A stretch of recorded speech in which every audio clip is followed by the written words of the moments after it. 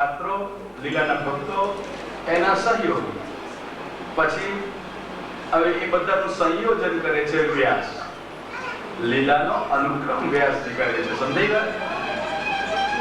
એટલે મને ચાનુક્રમ્ય. અને તેથી જ ભાગવતની કથાઓમાં તમે જોશો તો ભૌતિક ક્રમ નથી, લીલા ક્રમ છે. ધ્યાન રાખજો. પહેલી કઈ લીલા આવે? અધિકાર. જો કે મુખ્ય 10 છે. પહેલી બે ગૌણ છે, છતાં પહેલી અધિકાર, પછી બીજી સાધન અધિકારીઓનું, પછી ત્રીજું સર્ગ, ચોથી, પાંચમી. કેટલું સરસ તમને આવડે છે. પછી પછી પછી પછી પછી અરે વાહ વાહ, પછી બસ પતિ આશ્રય સિદ્ધ થઈ ગયો. આપણે કેટલું સરસ તમને કડકડાટ મોઢે આવડી ગયું. તમે આશ્રય સુધી પહોંચી ગયા. કેમ? વાહ, ભાગવત પરિવારોને ધન્ય છે. હા, કે કડકડાટ 10 લીલાની 12 લીલા બોલી ગયા.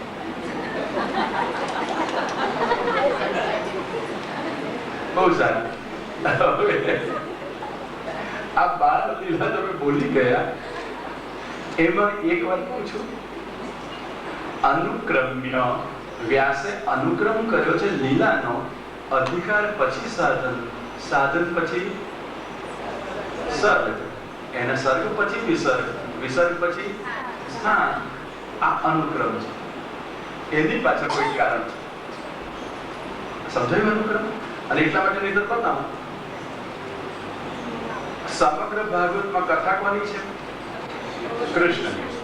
તો કૃષ્ણના જન્મથી શરૂઆત કરવી જોઈએ કે નહીં? કોઈ પણ કથા શરૂ થાય તો જન્મથી શરૂ થાય. તો કૃષ્ણનો જન્મ કયા સ્કંદમાં આવે?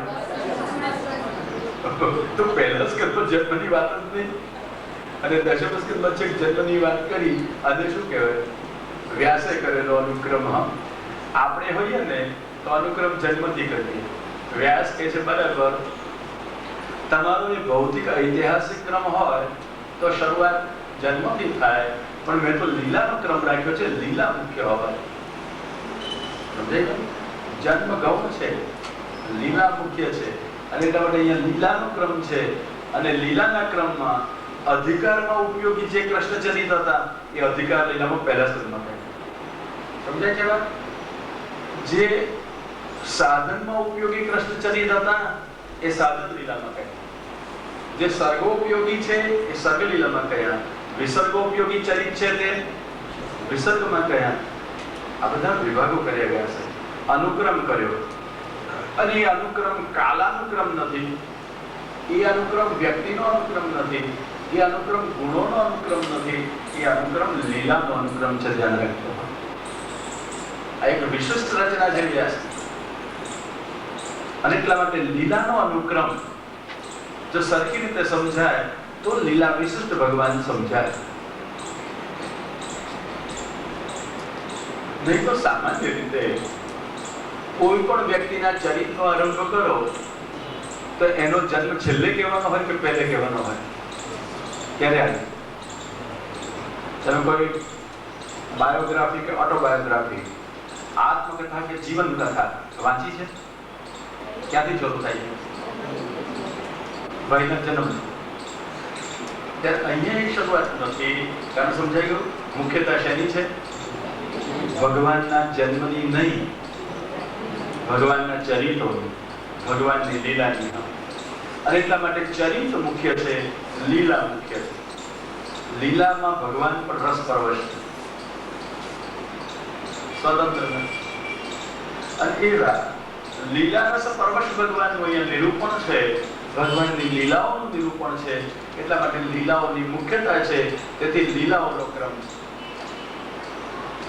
અને લીલા કરનારા ભગવાન મોક્ષ પણ આપે લીલા, અને બંધન આપે પણ લીલા.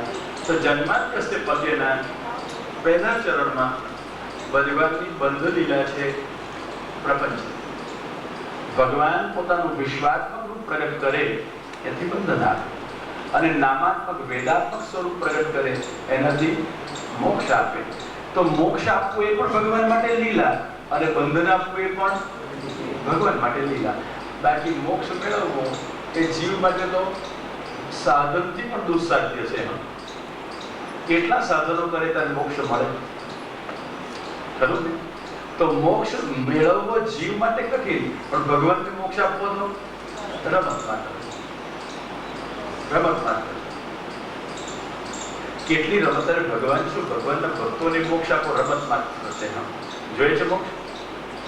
જોઈએ છે કેમ? ભગવાનના ચરણમાં જવું તો શું થયું? મોક્ષ જોઈએ છીએ?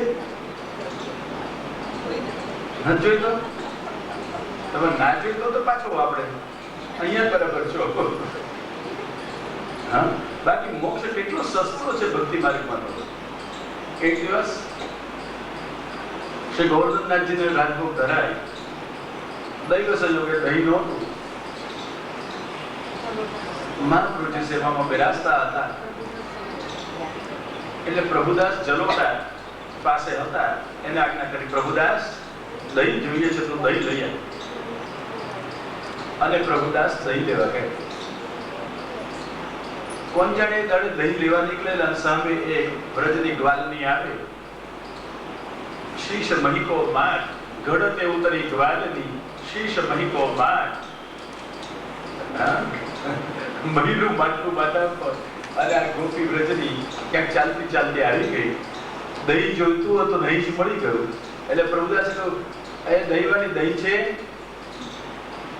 પેલી કે એટલે તો આવીએ છીએ. તો દહીં આપશો ભાવ? પેલી મોડું જોયું, મોડું જોયું, લાગ્યું કે પાસે પૈસા ના દેવાય, બાવો છે, બાવાના પૈસા લઈએ તો જેના પૈસા આવે એવી અક્કલ થાય. હા, અને બાવાના પૈસા લઈને બાવા થઈ જવાય. એટલે આપણે તો બાવાને તો વર ઘેર છે, છોકરા ઘેર છે, બાવા તારા પૈસા ના લેવાય. એ તો આપણે વિચાર કરો, તાળી જેના પૈસા આવે એના આવવા દે. સર્વપક્ષી હુતાશનની જેમ શરૂ કરી પૈસા બધાના લેવાનું, બાકી વિવેકથી લેવાય, કોનો લેવાય કોનો ન લેવાય. પેલી ગ્વાલનીને ભારતની એક અભણ બાઈને ખબર હતી કોના પૈસા લેવાય કોના ના લેવાય. આજે કહેવાતા ભણેલા વર્ગને ખબર નથી, જેના આવે બધાને લેવાય. કહેવાતા ધાર્મિકોને ખબર નથી કોના લેવાય કોના ન લેવાય, જેના આવે બધાના લેવાય. માત્ર લેવાનું શરૂ કર્યું, વિવેક છોડી દીધો. પેલી ગ્વાલનીમાં વિવેક હતો કે આ બાવો છે, એનો પૈસો લઈશ તો બાબાજી બુદ્ધિ થાય, અને બાબાજી બુદ્ધિ થાય ઘર છોડીને ભાગી જવાય. મારો વર ક્યાં જાય, મારા છોકરા શું કરે? ભાઈ કે બાબા દહીં જોઈતું તારો પૈસો ના લેવાય. પેલો બાવો પાકો નીકળ્યો, મફત કશું ના લેવાય, મફત ના લેવાય, પૈસા લે. રકજક તો બહુ લાગી ચાલે. પેલી બાઈ માને નહીં, પેલો ભાઈ માને નહીં. આ સ્ત્રી હટ અને યોગી હટ માનો બે શરૂ થઈ ગઈ. કોણ હારે? છેવટે સંધિ કરી. પેલી બાઈએ પછી બોલે ને એટલે બાકી ના રાખે. હા, એને સંભળાય છે, આઠ કે આગળ કચકચ કચકચ કરું છું, આપી આપીને શું આપી દઉં છું, મુક્તિ આપી દેવાનો છું. પેલે રીસમાં કહ્યું હતું. હા, અને પેલા એવું પાડી દીધું, તારે મુક્તિ જોઈએ છે, જ્યાં મુક્તિ આપી દઈશ. અને પેલી બાઈએ કથામાં કે વાતોમાં કંઈક મુક્તિ મુક્તિ સાંભળી હશે, એને થયું કે આ જીવવા કરતા મુક્ત થવું બહુ સારું, પણ આ બાવો છેતરી જાય તો. એને કહું ચિઠ્ઠી લખ્યા, એ બચ્ચાને સમજી કે ચિઠ્ઠી નજીક બતાડી તો આપણને દરવાજા બેસવા દેશે. એટલે કોઈ ચિઠ્ઠી લખ્યા, અને આને જરાય શંકા વગર ચિઠ્ઠી લખ્યા, બીજા તને દહીંના બદલે મુક્તિ આપી. પેલી બાઈએ ચિઠ્ઠી લીધી, ક્યાં બાંધવાની? છેડે બંધાય. હા, તમારે પર્સમાં ના મુકાય. પર્સમાં કોઈ તો પર્સ જ ખોવાઈ જાય, અને છેડે બાંધ્યું હોય તો ક્યાંય ભૂલાઈ ગઈ, કશી વાત પણ વિસરી ના જવી હોય તો ગાંઠ મારી. જૂના માછી એવું કરતા હતા, હવે નવાઈ કરે છે ઘણા. એવું સાલાને ગાંઠ મારી દે, શેની ગાંઠ મારે પછી યાદ આવે ગાંઠ કેમ મારી દીધી, અને જો ભૂલી ગયા તો ગાંઠ જ રહી જાય, અને ગણપત શરૂ થાય શેની ગાંઠ મારી દીધી. પણ પેલી બાઈએ ગાંઠ મારી અને ચિઠ્ઠી બાંધી, એ તો ઘેર ગઈ. બીજી બાજુ દહીં લઈને પ્રભુદાસજી આવ્યા. આચાર્ય શેલાજીને દહીં ધર્યું. રાજભોગનો સમય તો સરાવવાનો, એટલે મહાપ્રભુજી પધાર્યા, ભોગ સરાવ્યા. અને શેલાજી બહુ વખાણ કર્યા આજે દહીં તો એવું મીઠું, આજે દહીં મીઠો. મદન ગોપાલ તો પેલા એ ગાયું છે, શ્રીનાથજી કહેવા માંડ્યું, આજે દહીં મીઠો વલ્લભલાલ. કેવું છે આજે? આજે દહીં મીઠો વલ્લભલાલ. આજે દહીં બહુ મીઠું છે વલ્લભલાલ. મહાપ્રભુજી કે આજે શ્રીનાથજી આટલા બધા વખાણ કરે છે, જરૂર કંઈક કારણ હોવું જોઈએ, જરૂર કંઈક કારણ હોવું જોઈએ. એટલે પ્રભુદાસ બોલ્યા, પ્રભુદાસ દહીં શું ભાવ લાગ્યો તો? પ્રભુદાસ કે થોડું મોંઘું તો છે બને, પણ શું આપ્યું? પ્રભુદાસ કે છે મુક્તિના બદલામાં દહીં લઈ આવ્યો છું. કેટલા રૂપિયા ખર્ચો તો મુક્તિ મળે, કેટલા ધર્મ કરો, ભક્તિ કરો, જ્ઞાન કરો તો મોક્ષ મળે. અને પેલા દહીંના બદલે મોક્ષ આપી દીધો. સસ્તો કહેવાય મોંઘો? મારે જરા મોંઘું તો આવ્યું છે. શું આપ્યું? કે મુક્તિના બદલે દહીં આપીને લઈ આવ્યો છું. મહાપ્રભુ શું કે ખબર છે? ભલા માણસ સેનાજી જેનાથી રાજી થાય ને એને શું મુક્તિ આપી? આપી દેવી તેને ભક્તિ. અહીં તો જાણે ભંડાર જ હોય. દહીંના બદલામાં જેના સેવકો મુક્તિ દઈ શકે અને જેનો સ્વામી કહી શકે શું આપી આ મુક્તિ? આપીએ તેને ભક્તિ. કેટલી રેલમ છે ભક્તિને કહ્યું છે, આપીએ તેને ભક્તિ. જાણે હાથ નહીં. અને પંચમ સ્કંદમાં ભગવાન વિચારણા અધ્યાયમાં મુક્તિમ દદાતિ કરચિત મન ભક્તિ યોગમ. ભગવાન મુક્તિ ક્યારેક આપે? ભક્તિ ભૂલતી આપે. અને એને બદલે પેલા ભક્તોને પૂછે શું કરે?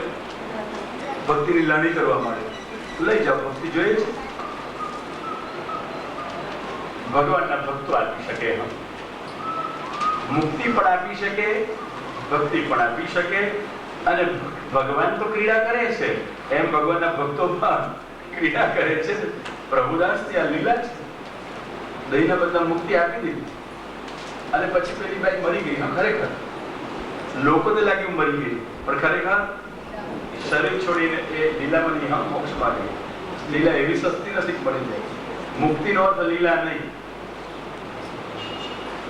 એ વૈકુંઠમાં ગયો, એને મોક્ષ મળી ગયો, લીલા પ્રાપ્તિ ન થાય. લીલા તો મુક્તિથી મોગી છે, ભક્તિનું ફલ છે. એટલા માટે લીલા પ્રાપ્તિ ન કરે, એવી મુક્તિ પ્રાપ્તિ કરે.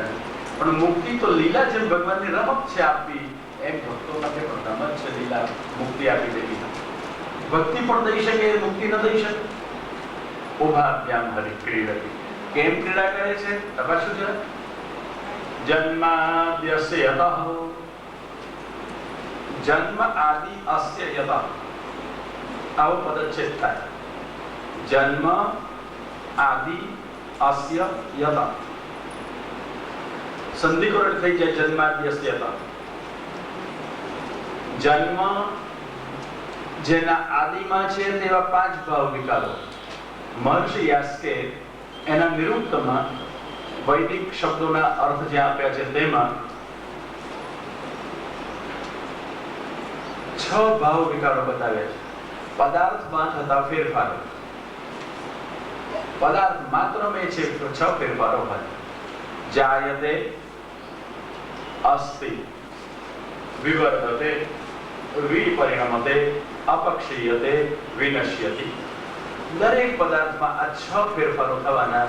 જન્મે છે, અસ્તિત્વ ધરાવે છે, વૃદ્ધિ પામે છે, ઘસાય છે, વિપરીત પરિણામ શરૂ થાય છે અને અંતે નષ્ટ થાય છે. અને આ 6 ભાવ વિકારો એમની મેળે નથી થતા, કાલથી કર્મથી માત્ર નથી થતા. યતઃ જેનાથી થાય છે એનું નામ બ્રહ્મ, ભગવાનથી થાય છે. પણ અસ્ય એટલે કોના? દર્શક સર્વનામ આપણે બતાવ્યું. આ દેખાતા સંભળાતા જગતના, ન દેખાતા ન સંભળાતા પણ જગતના. તો આ જગતના જન્મ જેના આદિમાં છે તેવા 5 ભાવ વિકારો અને જન્મ સહિત 6 ભાવ વિકારો. આદિ શબ્દથી તદ્ગુણ સંજ્ઞાન બહુવ્રીહિ પણ લેવાય જન્માદ્યસ્યમાં, અથવા અતદ્ગુણ સંજ્ઞાન બહુવ્રીહિ પણ લેવાય. વ્યાકરણની વાતો છે, વેદાંતની વાતો છે. અને તમે અતદ્ગુણ સંજ્ઞાન તદ્ગુણ સંજ્ઞાન શું કરશો? ખરું તમને રસ હતો બતાવી દો કે શું છે, શા માટે વપરાય છે. પણ આ બંને પ્રકારના સમાસથી અર્થ કરો તો જુદા જુદા અર્થો થાય. સૃષ્ટિ જુદી જુદી છે એવો અર્થ નીકળે. તદ્ગુણ સંજ્ઞાન એટલે પદાર્થના વિશેષણથી જેનું પરિજ્ઞાન થતું હોય એ પદાર્થને તદ્ગુણ સંજ્ઞાન બહુ રીતે ઓળખાય. ચિત્રગુહ, ચિત્રા ગાવો યસે, વિચિત્ર જેની ગાયો છે એ ચિત્રગુહ કહેવાય. પણ ચિત્રગુહ શબ્દ બોલવાથી વિચિત્ર ગાયો વાળો ગોવાળ આવે તો એનાથી કઈ ખબર ના પડે કે વિચિત્ર ગાયો વાળો છે, એટલે અતદ્ગુણ સંજ્ઞાન બહુવ્રીહી થાય. પણ લંબકર્ણમાં આનો લાંબા કાન વાળો ઓળખ્યા ને? લાંબા કાન વાળો કોણ? કોણ લાંબા કાન વાળો કોણ? સાહેબ તમારે કામ નહીં પડતું એટલે તમને ખબર નથી. લાંબા કાન વાળો ગધેડો કહેવાય. તો લંબકર્ણ આ એવું કયું હોય તો લાંબા કાન જે વિશેષણ, કાનનું વિશેષણ લાંબા, એ લાંબા કાન વાળો જે લાવવાનું કહ્યું તો ક્રિયામાં એનો સંબંધ થયો. સમજે છે ને? એટલે તદ્ગુણ સંજ્ઞાન બહુવ્રીહી થયું. ગધેડાને લઈ આવો એટલે ખબર પડે કે લાંબા કાન એના છે. સમજાયું? એ તદ્ગુણ સંજ્ઞાન બહુવ્રીહી કહેવાય, નહીં તો અતદ્ગુણ સંજ્ઞાન બહુવ્રીહી કહેવાય. એમ જન્મ જેના આદિમાં છે એવા 5 લો તો અતદ્ગુણ સંજ્ઞાન બહુવ્રીહી કહેવાય, અને જન્મ જેના આદિમાં છે એવા કુલ 6 લો તો તદ્ગુણ સંજ્ઞાન બહુવ્રીહી કહેવાય. અને એમાંથી સૃષ્ટિના પ્રકારો 2 ઓળખાય, એક યુગપત અને ક્રમશઃ. પણ આ બંને પ્રકારની સૃષ્ટિઓ ભગવાન પોતાની ઈચ્છાથી પોતે રચે, પોતે સૃષ્ટિમય બને હોઈ શકે આ પ્રકારો. પણ જવા દો, કી મને આખું સૃષ્ટિ પછી મહાપુરુષજી કઈ રીતે અર્થની જરૂર છે. જન્મ આદ્યસ્ય, જન્મ આદ્યનો જેનાથી છે તે યથા. આદ્ય એટલે આકાશ, પ્રથમ કાર્ય. તસ્માદ વા એતસ્માદ વા આત્મનઃ આકાશ સંભૂતઃ. તેમાંથી આત્મામાંથી પેલા આકાશ પ્રગટ થયું, એટલે બ્રહ્મ એનું પહેલું કાર્ય છે આકાશ. એટલે આદ્યસ્ય આકાશસ્ય આદ્ય કાર્યસ્ય એવો અર્થ થયો. જન્માદ્યસ્ય, સમજાયું? તો આકાશનો જન્મ જેનાથી છે તે યતઃ યસ્માત કહી શકાય. તસિલ છે, સાર્વભૌમિક વાપરી છે, પંચમી હાથ પછી એ વ્યાખ્યાન અહીંયા નથી. અને એટલા માટે જન્મ આદ્યસ્ય, સમજે છે ને? આદ્યનો જન્મ જેનાથી છે તે ક્રમિક સૃષ્ટિ બતાવી. એટલે પુષ્ટિ, પ્રવાહ, મર્યાદા ત્રણેય પ્રકારની સૃષ્ટિનો અહીં સંગ્રહ કર્યો કે આ ત્રિવિધ સૃષ્ટિ પણ સંભવે છે કોનામાંથી? ભગવાનમાં. યતઃ અવ્યય છે, ન વ્યય એટલે અવ્યય, જેનો વ્યય ન થાય. પુરુષ પ્રત્યય લાગે કે વિભક્તિ લાગે ત્યારે એનો ફેર ના પડે છે તેવો શબ્દ રે એને અવ્યય કહેવાય. તો જેમ અવ્યયમાં કશો વ્યય નથી, વિકૃતિ થતી નથી, એમ અહીંયા અવ્યયનો પ્રયોગ બ્રહ્મ જગતરૂપ બને કે બ્રહ્મ જગત રચે છતાં પણ બ્રહ્મમાં કશો વિકાર થતો નથી, બ્રહ્મ અવિકૃત રહે છે, એ અવિકૃત પરિણામ પામે છે, સૂચવવા માટે અવ્યય વાપર્યો યતઃ. એટલે જન્માદ્યસ્ય યતઃ એ અવિકૃત પરિણામવાદનો વાચક છે, સૂચક છે. સમજાય એ વાત? એ નથી સમજાતું? ન સમજાય તો આનંદ, અને સમજાય તો પણ આનંદ. સમજાય? કારણ કે લીલા આનંદની છે એટલે આનંદ. સમજાય છે કશું? નથી સમજાતું તો યાર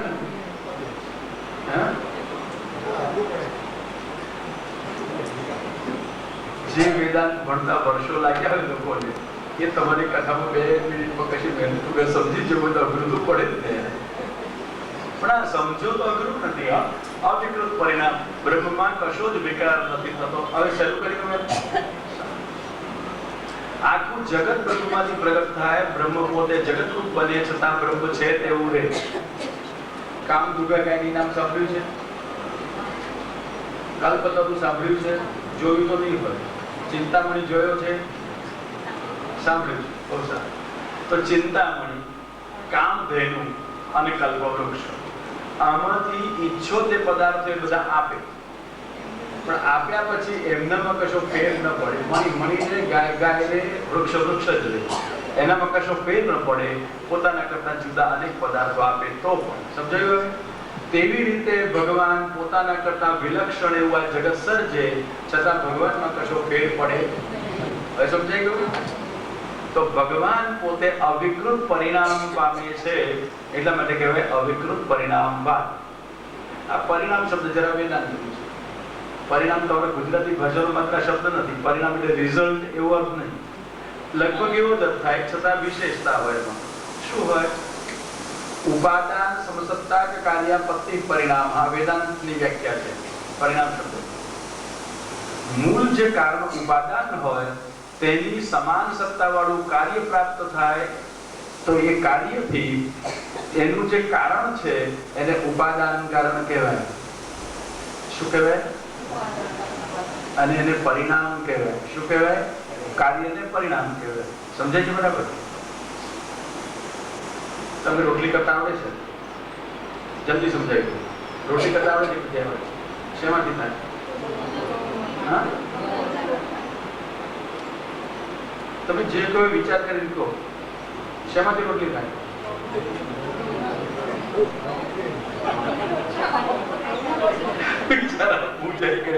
રોજ રોટલી કરવા રોટલી શેમાંથી થાય?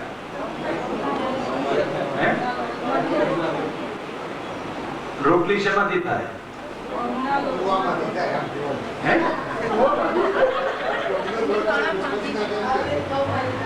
શેમાંથી થાય રોટલી? બે બેન આવડે તને?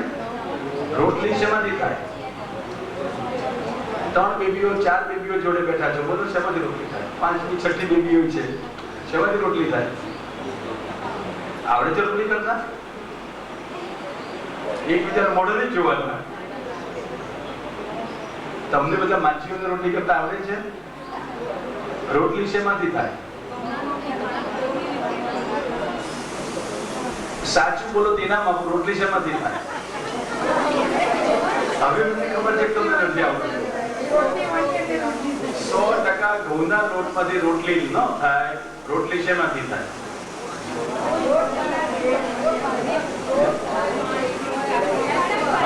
હવે આ માજીને આવડે છે. જો બહુ કથા સાંભળી છે મેં. ઘઉંનો લોટ રોટલી બને, ઘઉંમાંથી રોટલી ના થાય, ઘઉંના લોટમાંથી ના થાય. 5મી વિભક્તિ માંથી લગાડી એટલે ઘઉંનો લોટ, એમાંથી રોટલી બહાર કાઢો. એટલે ઘઉંના લોટમાંથી રોટલી ના થાય, ઘઉંનો લોટ પોતે રોટલી બને. કેમ? જેમ રોટલી બનતી જેમ લોટ તમારો ઘટતો જાય, એટલે પેલો લોટ હતો તે રોટલીના રૂપમાં પરિણત થયો કહેવાય. એનું નામ પરિણામ કહેવાય. હવે સમજાય બરાબર? ન સમજાતું? સમજાયું? શું થયું? આટલું છે બધા ભણ્યા કે છે. તો તમારે જો તમને વેદાંત આવડી ગયું બધા, તમારો ઘઉંનો લોટ રોટલીમાં પરિણામ પામ્યો. શું કહેવાય? ઘઉંનો લોટ રોટલીમાં પરિણામ પામ્યો. જો આમાં જે વેદાંત કેવું આવ્યું? એટલે ઘઉંનો લોટ ઉપાદાન કારણ. વાહ વાહ. અને રોટલી કાર્ય. જુઓ કેટલું સરસ આપણે આ ભાગવત પરિવાર વાળા છે કેવા તૈયાર છે. વેદાંત આવડવા મળ્યું બધાને. તો ઉપાદાન કારણ અને વાહ. હવે એક વાત, ઘઉંનો લોટ હોય એટલે રોટલી થાય કે ન થાય? એમ ઘઉંનો લોટ હોય રોટલી થાય?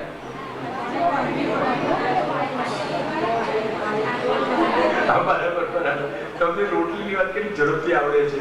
શું જોઈએ? મોણ જોઈએ. પછી પાણીની દૂધની બનાવો તો છે બને. અચ્છા, પણ એમાંથી એક તો જોઈએ. ક્યાં તો દૂધ અથવા પાણી. અચ્છા, ત્રીજા ક્ષેત્રમાં કેલું પાણી ચાલે. છેવટે પાણી જ કહેવાય ને કે દળ જે દૂધથી બનાવવાથી બને. રસ કોઈ પણ કાઢો તો રોટલી તો બની જશે, બંધાશે, પણ કોઈનું પાણી તો જોઈએ ને. બરાબર? ચાલો. અને તમે દૂધ કહેતા હો ને તો છેવટે મેળવેલું જ હોય. સમજી ગયા શું મેળવ્યું હોય? બહુ સારું. તો પાણી જોઈએ. અચ્છા, પાણીથી રોટલી બને, મોહનથી રોટલી બને, પછી જોઈએ કણક જોઈએ, બાંધવી પડે, પછી જોઈએ હાથની વેલણ, પછી લોઢી કે તવો, પછી તાપ, અગ્નિ તો ખાસ જોઈએ. અગ્નિ વગર તો કશું નીપજે નહીં. અરે માતાજી ધીરજ તો રાખો. આટલું બધું જોઈએ એને કહેવાય નિમિત્ત કારણ.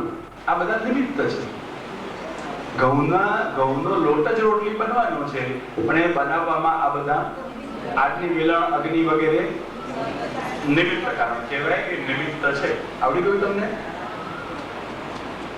તમે તો જોઈએ જ, હા, બનાવતા તો જોઈએ, એટલે કરતા તો જોઈએ, પણ આ કારણ આટલા હોય અને એટલા ભેગા થાય તો રોટલી હવે બની જાય ને? ના બને? હા, હવે ચેતી ગયા. ક્રિયા જોઈએ. બહુ સારું. કર્તામાં ક્રિયા આવી જાય. ઓકે, કરતા કહું એટલે અત્યારે તો ક્રિયા કરી, તમારી રોટલી તૈયાર થઈ. હવે સમજો તો તમે ઘઉં, રોટલી, આટલી વેલણ બધા જુદા કે એક જ? હા, બધા જુદા જુદા, એક જ ના હોય. આટલી વેલણ, લોઢી અને પાણી ને મોણ ને બધું જુદું જુદું હોય અને લોટ પણ જુદો હોય. પણ એ તો લૌકિકમાં એવું હોય. ભગવાનને ત્યાં તો ભગવાન જ લોટ, ભગવાન જ આદમી, ભગવાન જ વેલણ, ભગવાન અગ્નિ, ભગવાન કરતા અને ભગવાન જ રોટલી. એટલે ભગવાનને ત્યાં જગત રચના કરે ત્યારે ઉપાદાન જેવો લોટ પોતે જ, નિમિત્ત જેવા આદમી, વેલણ, લોઢી વગેરે પણ પોતે. એટલે ઉપાદાન અને નિમિત્ત જુદા નહીં. જુદા નહીં એટલે અભિન્ન. એટલે એને શું કહેવાય? અભિન્ન નિમિત્ત ઉપાદાન કારણ. શું કહેવાય? જરા લાંબુ નામ છે પણ વેદાંતનું છે, પ્રયત્ન કરો. અભિન્ન નિમિત્ત ઉપાદાન કારણ. શું કહેવાય? કેટલું સરસ તમને વેદાંત આવડતું જો તો ખરે. આ વર્ષો સુધી ભણ્યા પછી ના આવડતું એવું વેદાંત તમને કથામાં બેઠે બેઠે કડકડાટ આવડી ગયું. રોટલીમાં ઘઉંનો લોટ શું કહેવાય? હવે યાદ રાખજો, જ્યારે રોટલી કરો ત્યારે વેદાંત આવડવા મળશે. રોટલીનો લોટ શું કહેવાય? રોટલી માટે ઉપાદાન કારણ. યાદ રહેશે? અથવા સંપાયી કારણ, બે નામ છે એના. થોડો ફેર છે પણ ચાલી જાય. શું કહેવાય? ઉપાદાન કારણ. શું ઉપાદાન કારણ? હા, લોટ. પણ ઘઉંનો લોટ. હા, અને આપણે બાજરીની, ચોખાની જે રોટલી કરો તો લોટ એનો જોઈએ. એટલે લોટ ઉપાદાન કારણ. પછી આદમી વેલણ, વાહ વાહ, નિમિત્ત કારણ. અને રોટલી કારણ કે કાર્ય? આપણે ભૂલી નહીં જવાનું. રોટલી કાર્ય. બહુ સારું. રોટલી કાર્ય. હવે આવી ગયું. તો જેમ રોટલીમાં બધા પદાર્થો જરૂરી એમ જગતમાં જરૂરી, પણ જગતમાં ભગવાન પોતે જ લોટની જગ્યાએ ઉપાદાન, ભગવાન પોતે જ આટલી વેલણની જગ્યાએ નિમિત્ત, બે જુદા નહીં. માટે ભગવાન આ જગતનું અભિન્ન નિમિત્ત ઉપાદાન કારણ છે. આ વ્યાસજી સૂચવે છે. શેમાં? જન્માદ્યસ્ય યતઃ. સમજાય? અન્વયાદિતરતઃ. આ સૂચવે છે. જેના અન્વયથી આ જગત બને છે, ઇતરતઃ જેના નિમિત્તથી આ જગત બને છે. અને એટલા માટે ભગવાન જ આ જગતનું અભિન્ન નિમિત્ત ઉપાદાન કારણ છે. સમજાયું? કશું બીજું કારણ નથી. હવે બે વાત. ભગવાન જગત રૂપે પરિણામ પામે છે. જેમ તમારો ઘઉંનો લોટ રોટલીના રૂપમાં પરિણામ પામે છે. પરિણામ એટલે સમાન સત્તા કાર્ય પતિ, એને પરિણામ કહેવાય. ઉપાદાન સમસત્તા હોય. હા, ઘઉંનો લોટ તમારો ઘઉં લાલ હોય તો લોટ કેવો થવાનો? તો રોટલી કેવી થવાની? જેવા ઉપાદાન કારણના ધર્મો એવા રોટલીના ધર્મો, કાર્યના ધર્મો. તો કાર્યના કારણના ધર્મો કાર્યમાં આવે, એવી રીતે બ્રહ્મના ધર્મો કાર્યમાં આવે, જગતમાં આવે. સમજાય છે? અને એટલા માટે એને પરિણામ કહેવાય. પણ પરિણામ બે પ્રકારના હોય, એક વિકૃત પરિણામ, એક અવિકૃત પરિણામ.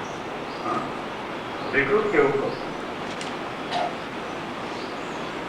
નાનું છોકરું ઘરમાં હોય, સાંજે તમે દૂધ પાવા ગયા, બાબા સાંજે દૂધ પીવો છો તમે? હા, ખુશી થઈ ગયા. ગળ્યું કે મોડું પીવો છો? કેવું પીવો છો? ગળ્યું કે મોડું? ખાંડ વાળું કે ખાંડ વગરનું? ખાંડ વાળું. મોડું કોણ પીએ? ગળ્યું એટલું ગળ્યું ને બાકીનું બધું પડ્યું. કેમ? બહુ સારું. ના, એક જણે પછી આ માજીએ તો એવું કહ્યું, ગળ્યું ના ખાય એનું જીવન બળ્યું. સારું. આ ગળ્યું દૂધ બાબાભાઈએ પીવા માંગ્યું, રોજ ને એમનો ક્રમ. પછી એક દડો તો બાબાભાઈ છે, પેટ ભરીને જરા પકોડી પૂરી ખવડાવેલી, પાણીપુરી પકોડી પૂરી પેટ ભરીને બાબાભાઈ ખવડાવી. એટલે પછી દૂધ પીવાની જગ્યા ના રહી. એટલે બાબાભાઈ કે આજે આપણે દૂધ પીવું નહીં. એમણે દૂધ ન પીવું. એટલે તમે શું કરો દૂધને પછી? બીજા પોતે તમે શું તો પીઓ છો? બધી પાણીપુરી ખાધી હોય તો તમે શું કરો પછી? જમાવી દેવાનું. અચ્છા, રેડી નહીં દેવાનું, ઉપયોગ જમાવી દેવું. એટલે શું બની ગયું? દહીં. બીજે દિવસે સવારે બાબાભાઈએ કહ્યું, મારું સાંજનું દૂધ મને પાછું આપો. આપણે કોઈ દૂધ સવારનું તાજું આપીએ છીએ, પી જાય. પેલા એ કહ્યું, તો નાનું છોકરું પાગલ, મને મારું સાંજનું દૂધ જોઈએ છે, આપો. અરે તો આખરી દીધું. આખરી દીધું શું થયું? મને દૂધ પાછું આપો. હવે યાર, દૂધમાંથી દહીં થયું, પણ દહીંમાંથી પાછું દૂધ થાય કે ના થાય? અરે પણ જે દૂધના ગુણધર્મો હોય એ દહીંમાં હોય કે ના હોય? એમ દૂધમાં જેટલી ફેટ હોય કે દૂધમાં જેટલું ઘીનું તત્વ હોય એટલું પેલા દહીંમાં આવે કે ના આવે?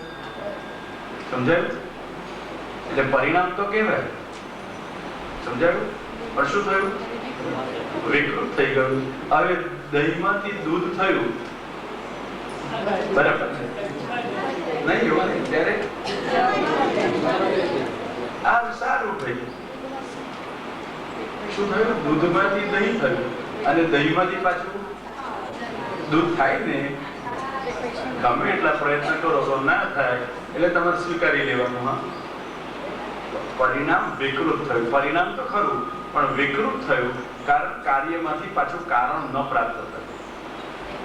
કારણ દૂધ, કાર્ય દહીં. દહીંમાંથી પાછું દૂધ ના મળ્યું. તમને સમજાય છે ને? તમે બધા અભ્યાસ વાળા છે એટલા સમજાવું છું. હા, આટલું તો સમજાયું. પણ તમે સોનામાંથી ઘરેણા ઘડાવ્યા, ઘડાવો છો? પણ હમણાં મને એક સોનીએ કહ્યું, હવે એક નવો પ્રકાર આવ્યો. કારણ કે સોનામાંથી ઘરેણા જયારે ઘડાવો ને ત્યારે તમારું સોનું કેટલા કેરેટનું લો? 24 કેરેટ. તમને આવડતું હોય, મને તો આ સાંભળેલું કહું છું. 24 કેરેટનું સોનું લીધું, અને ઘરેણા કેટલા કેરેટના બને? 2 કેરેટનું શું થયું? એ ખાઈ ગયો ને. શું કરો તમે? જતું કરો? હશે ભાઈ, તું ખાઈ જાય. ના, શું કરો છો? તાંબુ ભેળવવામાં આવે, નહીં તો શુદ્ધ ઘરેણા ઘડાય. એટલે વિકૃતિ થોડી કાઢી જાય. પણ હવે એક નવી પદ્ધતિ શરૂ થઈ કે જેમાં તાંબુ ન ભેળવે, સીધું સોનું રહી જાય. અને સોનાની ઘટ શું કહેવાય એને? તમને આવડે છે બધા? મને આજે તમને તો આવડે ને, રોજ રોજ ઘડવા જતા હો તો મને નવું હોય કે એટલે લાગે સાંભળી ત્યારે. કયું કયું? ડીએમ. કેડીએમ એટલે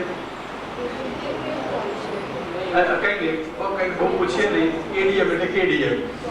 પછી આગળ આખું નામ ના આવડે. બરાબર છે, કેડીએમ એટલે કેડીએમ. એવું નીકળ્યું કે 24 કેરેટ સોનું રહી જાય. ખરું? એમાં પેલું તાંબુ બાબુ વચ્ચે ભળેલું ના હોય એવી પદ્ધતિ આવી. એટલે હવે એ કેડીએમમાં તમારે ઘરેણા ઘડાવ્યા હોય તો પાછું સોનાનું સોનું મળે. એટલે નરસિંહ મહેતા કહે છે ને, અંતે તો હેમનું. હા, કેવી સરસ. નરસિંહ મહેતા શેની વાત કરી ખબર છે? બ્રહ્મ વાત કહ્યો. અંતે તો હેમનું હેમ હોય, અન્ન બ્રહ્મ. પણ કેવો વાદ? હવે સોનું પાછું મળી ગયું એટલે સોનું કારણ અને ઘરેણા કાર્ય. તો કાર્યને ભાગી નાખ્યું ઘરેણાને, સોનું મળી ગયું કારણ. આનું નામ અવિકૃત પરિણામવાદ. સમજાય? એમ જગતનો પ્રલય થાય, બ્રહ્મમાં પાછું સમાઈ જાય ત્યારે બ્રહ્મ જ બાકી રહે. અવિકૃત પરિણામવાદ કહેવાય. પરિણામવાદ સમજાયું ને? એટલે કારણમાં કશો વિકાર આવતો નથી.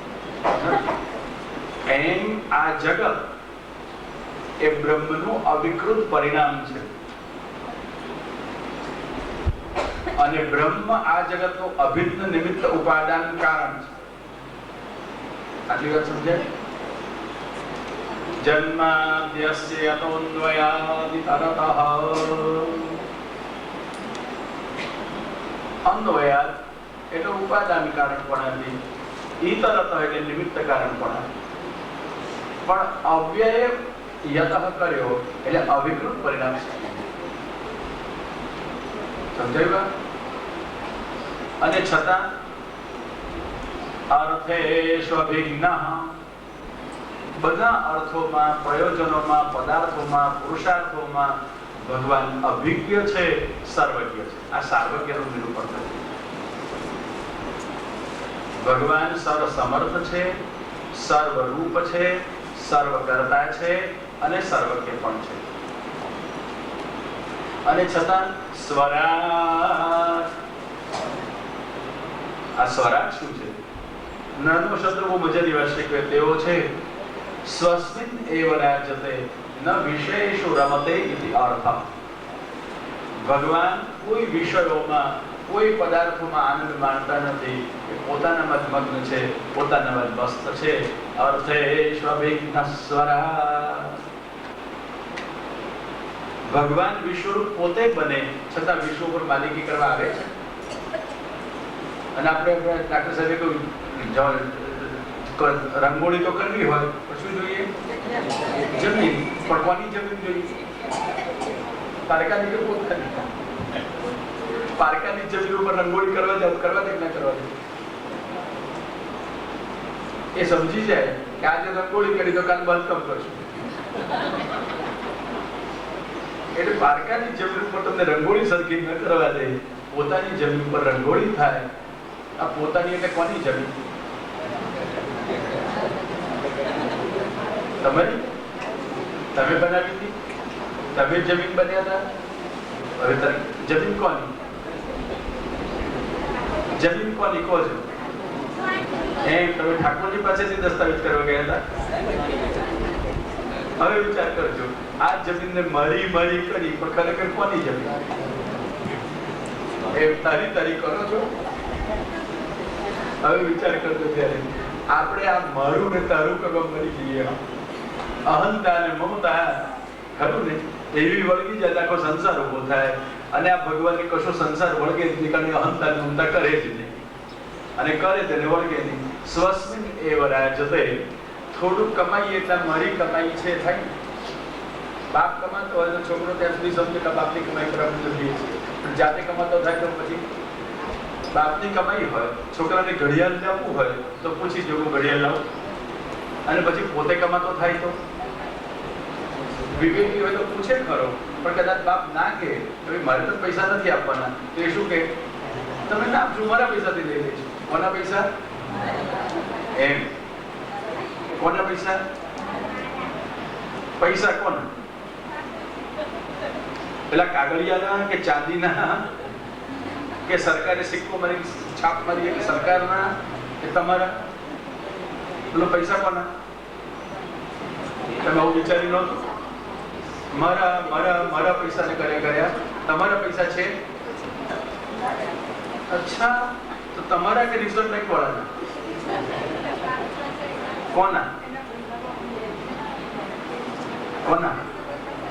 હા, તો તમારું કશું માને છે એવું કેવું છે?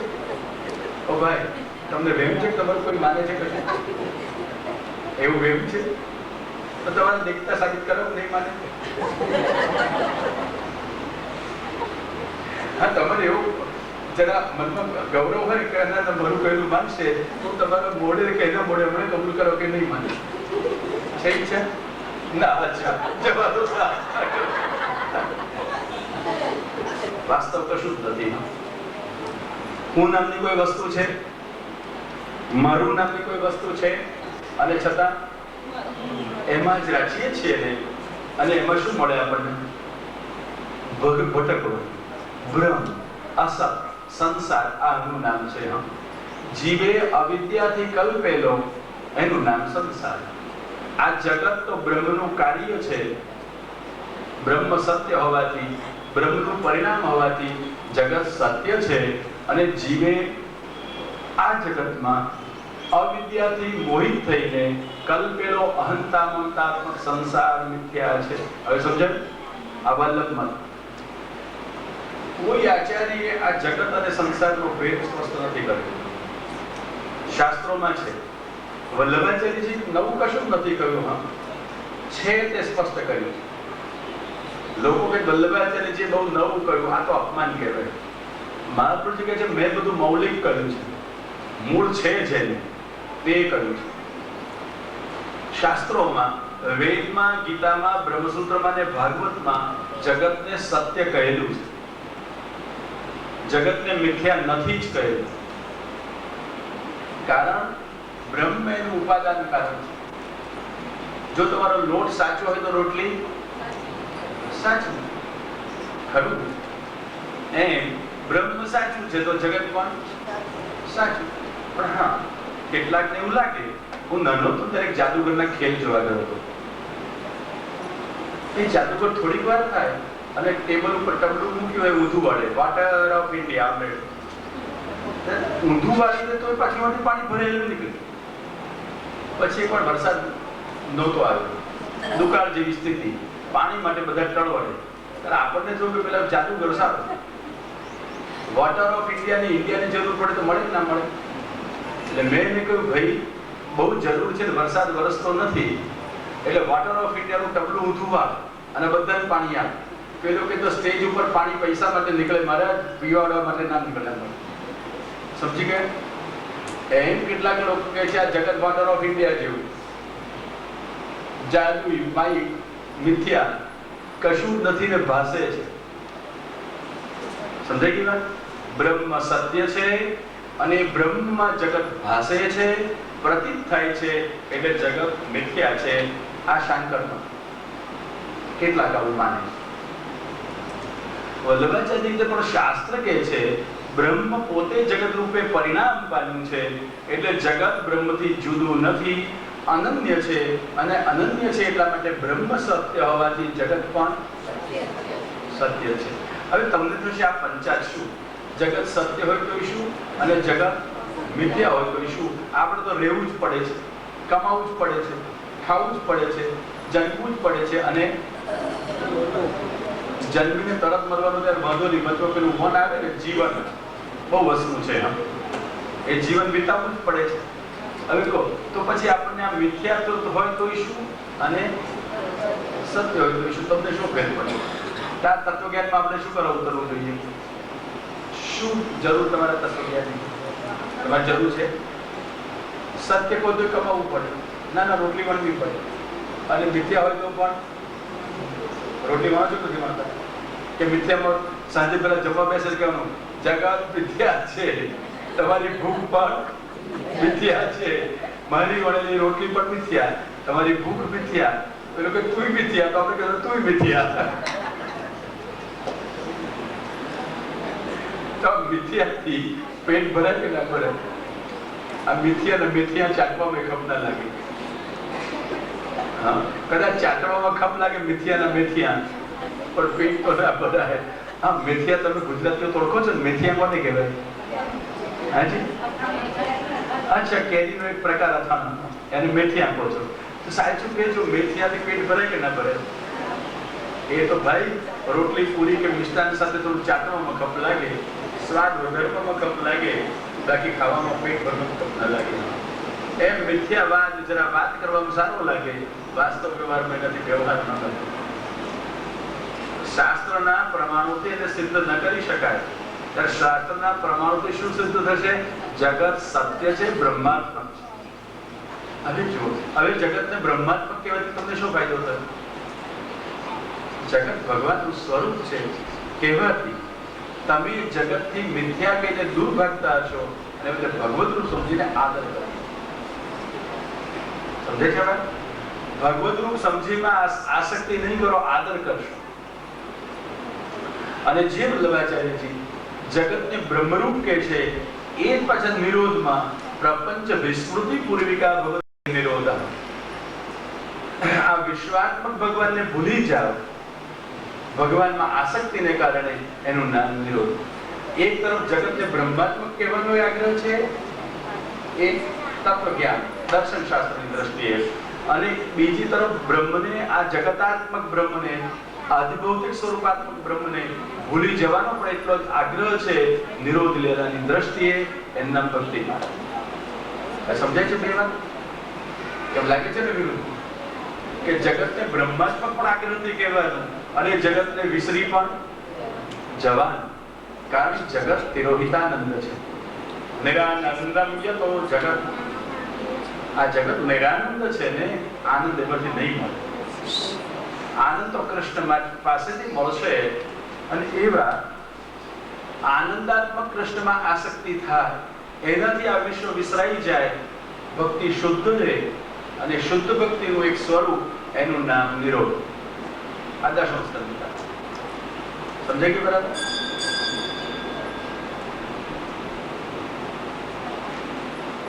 એટલે મહાપ્રભુજી જગતને બ્રહ્માત્મક કહીને જગત પ્રત્યે તિરસ્કાર કે હેય દ્રષ્ટિ નથી અપનાવતા.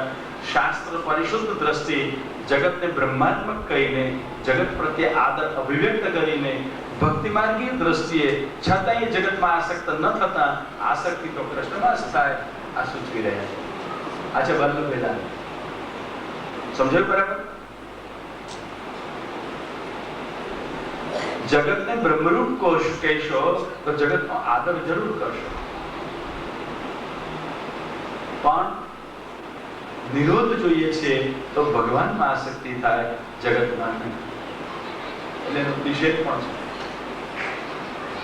અને આ વાત જન્માદ્યસ્ય યતોન્વયાદિતરત શ્ચાર્થેષવિઘ્નસ્વરાટ એમ સમજાય.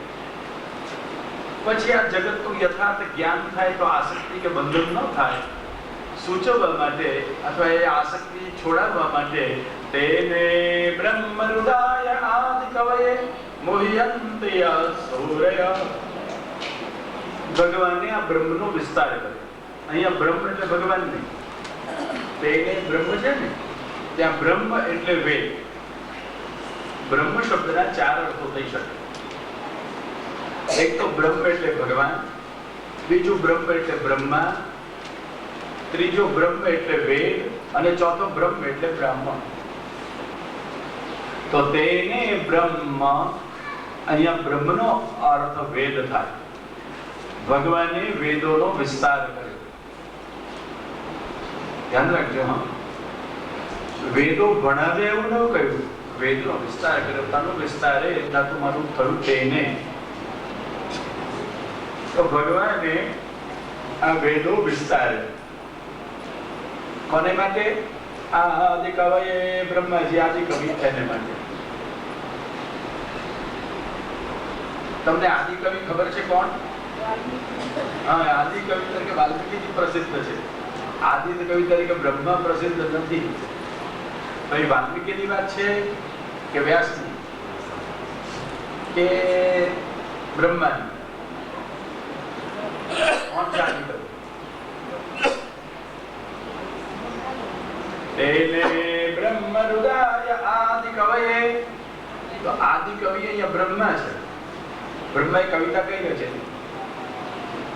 તો હાડલા ઘડવાનું કામ કરે, એટલે વિશ્વ રચવાનું કામ કરે, ઉત્પત્તિનું કાર્ય કરે. બ્રહ્મ કવિતા લખે? કવિતાની ઉત્પત્તિ બ્રહ્મનું કામ નથી, જગતની ઉત્પત્તિ બ્રહ્મનું કામ છે. છતાં એને કે કયું કયું? આદિ કવિ. કવિ કોને કહેવાય? રચના કરે નામ કવિ, કે કવિતા કરે નામ કવિ? કવિતાની રચના કરે. હા, રોટલીની રચના કરે ના કવિ કહેવાય છે. એમ તો રોટલી પણ કહેવાય, રસોઈઓ પણ કહેવાય, ટાઈ પણ કહેવાય. ખરું? તો એ કવિ કવિતાની રચના કરતો હોય સારું. અરે હા ભાઈ, આ કવિતાની રચના કવિ કરે એમાં કવિમાં શી વિશેષતા હોય? બસ કલ્પના કરતો હોય. કવિતામાં કલ્પના હોય કે વાસ્તવિકતા હોય? વાસ્તવિકતાને પણ કલ્પનાનો ઓપ આપેલો હોય. પિત્તળ ઉપર સોનું ચડે ને ઢોળ એવું હોય. કેમ? એનું કવિતા. વાસ્તવિક અંશો સ્વલ્પ હોય, એના ઉપર કલ્પનાના અંશો વધારે હોય. અને એટલા માટે આદિ કવિ બ્રહ્મા છે, કવિ નથી. કારણ કવિઓમાં કલ્પના નામનો દોષ હોય. સમજે છે? કવિઓમાં કલ્પના કરવાનો દોષ હોય. બ્રહ્માજીમાં એવી કલ્પના કરવાનો દોષ નથી. એ વાસ્તવિક રચના કરે છે. માટે આદિ કવયે એ આદિ કવિ. આદિ કવિને કલ્પના ન કરવી પડે. હા, બધું સ્ફૂર્તું છે તેવું નિરૂપણ કરતા હોય. વાલ્મીકીજીએ રામાયણનું દર્શન કર્યું પછી એનું વર્ણન કર્યું. કયો કવિ પહેલા દર્શન કરે છે પછી વર્ણન કરે છે? ખરું ને? કલ્પના માત્ર કરે છે. પણ અહીંયા એક વાસ્તવિક વર્ણન કર્યું છે અને દર્શન કર્યું છે. એમ બ્રહ્માજી જ્યાં જ્યાં ભગવદ અવતાર થાય ત્યાં ત્યાં પધારે છે, ભગવાનની સ્તુતિ કરે છે. ભાગવતમાં વર્ણન ન કર્યું હોય ત્યાં પણ આવે છે. કોઈ કારણસર બતાવ્યું નથી. નહીં તો મોટે ભાગે જ્યાં જ્યાં ભગવદ અવતારો થયા છે ત્યાં ત્યાં બ્રહ્માજી આવ્યા છે, સ્તુતિ કરી છે. અને જ્યાં સુધી બ્રહ્મા હોય, સ્તુતિ ચાલતી હોય, દેવતા હોય, ત્યાં સુધી ભગવાન પ્રગટ ન થાય. બ્રહ્મા સ્તુતિ કરીને વિદાય થાય, દેવતાઓ ચાલ્યા જાય, પછી જ ભગવાનનો અવતાર થાય. આ એક રહસ્ય છે. તો જે ભગવાનની સ્તુતિ કરવા માટે બ્રહ્મ શ્રી ગોવર્ધન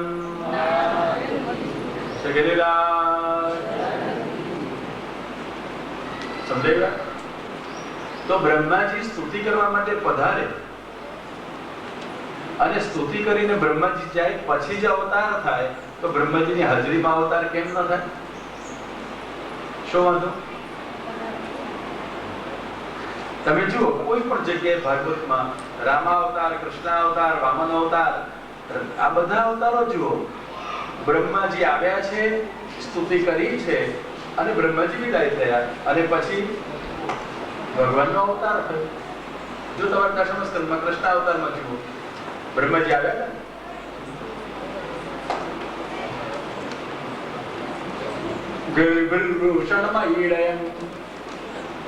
વાણીથી બ્રહ્માજીએ દેવતાઓ સાથે, શંકર સાથે આવીને સ્તુતિ કરી ભગવાનની.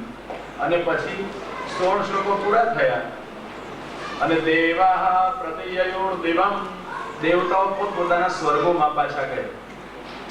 અને પછી વર્ણન આવશે ત્રીજા અધ્યાયમાં, અથ સર્વ ગુણો ભેદ કાલ પરમશોભન.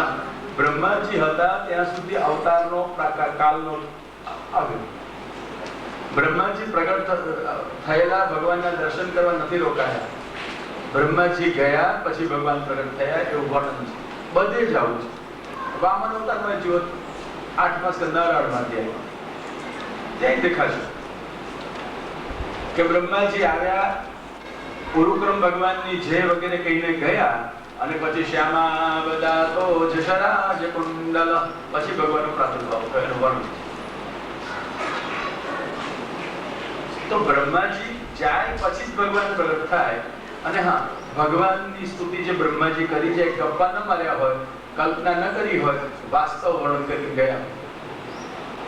અને એટલા માટે આદિ કવયે. છતાં ભગવાન કવિ કલ્પના કરનારો હોય કે કવિ વાસ્તવિક કહેનારો આદિ કવિ હોય એનો વિષય બનતા નથી.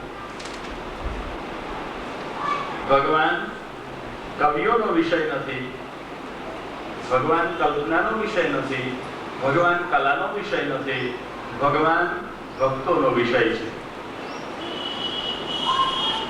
અને એટલા માટે બ્રહ્માજી જાય પછી ભગવાન પ્રગટ થાય. પણ બ્રહ્માજી આવે છે ને સ્તુતિ કરે છે, કલ્પના વગર વાસ્તવમાં ભગવાનને ગાઈ રહ્યા છે. માટે આદિ કવિ છે. સમજાય ગયું? કેવા વેદનો વિસ્તાર કર્યો? જેમ બ્રહ્મ વ્યાપક છે વેદ વ્યાપક છે, બ્રહ્મ ત્રિકાલાબાધિત છે વેદ ત્રિકાલાબાધિત છે.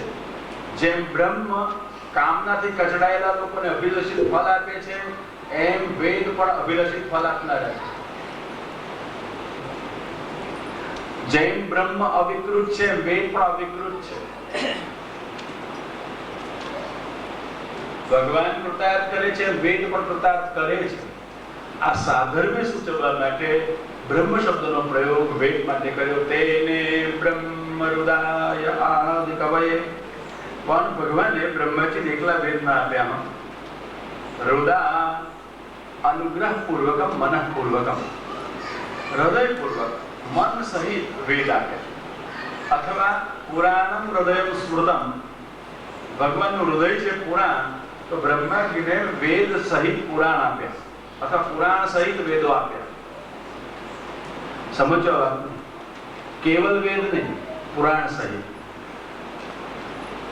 કારણ વેદને તો સરખી રીતે સમજવા હોય, વેદમાં શું કહ્યું છે એનો નિર્ધાર કરવો હોય, તો ઇતિહાસ પુરાણાભ્યામ વેદમ સમુદ્રમ ભયે.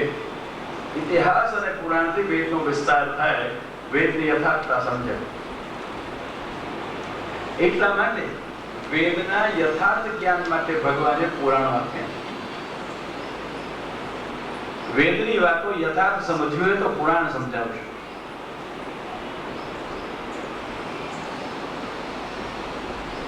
અથવા વેદ હોવા છતાં મોહયંત યસૂરયઃ, વિદ્વાનોને તેમાં મોહ થાય છે.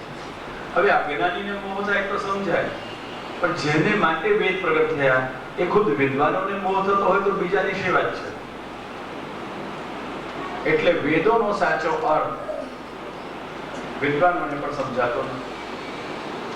વેદ સમજાતા નથી, વેદોના અર્થ સમજાતા નથી, વેદોમાં પ્રતિપાદિત થયેલું ભગવત સ્વરૂપ પણ સમજાતું નથી. અને વિદ્વાનોને પણ. ત્યારે વેદ કોને સમજાય? બે જણ વેદને જાણતા, એના સાચા ભગવાન એ સૌથી પહેલો ભગવાન.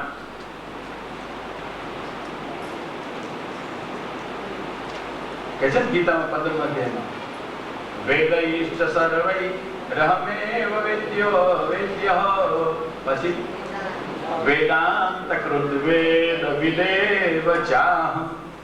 વેદવિદ, વેદને જાણનાર એ પણ કોણ છે? હું છું. ભગવાન કે હું વેદને જાણું, બીજો કોણ જાણે? જેને વાસના વશ મોહ ન થયો હોય તે કોણ હોય? એવો ભગવાનનો શરણાગત. જે ભગવાનનો છે, જે ભગવાનનો શરણાગત છે, એને કોઈ વાસના ન હોય, વાસના વશ એને કોઈ મોહ ન હોય, અને એ સાચા વેદના અર્થને જાણતો હોય. એટલે ભગવાન કે ભગવાનનો શરણાગત એ જ યથાર્થ વેદોને જાણે છે, બીજો કોઈ જાણી શકતો નથી. કેવા છે આ ભગવાન? તેજો વારી મૃદમ યથા વિનિમયો યત્ર ત્રિસર્ગો મૃષા. જેમ તેજ વારી, કોઈ વખત તેજમાં જલનો આભાસ થાય છે કે નહીં? આવું શું કહેવાય? વાસે છે, વાસ્તવમાં ન. એમ કેટલાક લોકો કહે છે કે આ બ્રહ્મમાં દેહ ઇન્દ્રિય અંતઃકરણ, ક્યાં તો સદરૂપ ભગવાન, એમાં ચિદાત્મક દેહ ઇન્દ્રિય કલ્પે છે, ચિદાત્મક ભગવાન એમાં સદાત્મક દેહ ઇન્દ્રિય કલ્પે છે. આ બધી બીજી કલ્પનાઓ છે. મોહયંતિ અસુરયઃ, બધાનો મોહ છે. કેવા છે ભગવાન? નિર્દોષ છે, આનંદમયો અભ્યાસા, આનંદ માત્ર કરપાદ મુખોદરાદી, જેના હાથ પગ બધા આનંદ રૂપ છે. જ્યાં ત્રિસર્ગ, દેહ ઇન્દ્રિય અને અંતઃકરણ ત્રણેયનો સર્ગ મિથ્યા છે. ભગવાનમાં દેહ નથી, ભગવાનમાં ઇન્દ્રિયો નથી, અને ભગવાનમાં અંતઃકરણ પણ નથી. ત્યારે ભગવાન કેવા આવે? દેહ વગરના, ઇન્દ્રિયો વગરના અને અંતઃકરણ વગરના. આનું નામ ભગવાન. એટલે કયા ભગવાન થયા? નિરાકાર. આ ભાગવતનો વિષય છે. સાકાર તો દેહ વગરના અને ઇન્દ્રિયો વગરના સાકાર. તો આનંદમય એટલે શું? હાથ નહીં ને, પગ નહીં ને? અરે વાહ વાહ, શું કેવા સોનાની જેમ એટલે? ઓહો.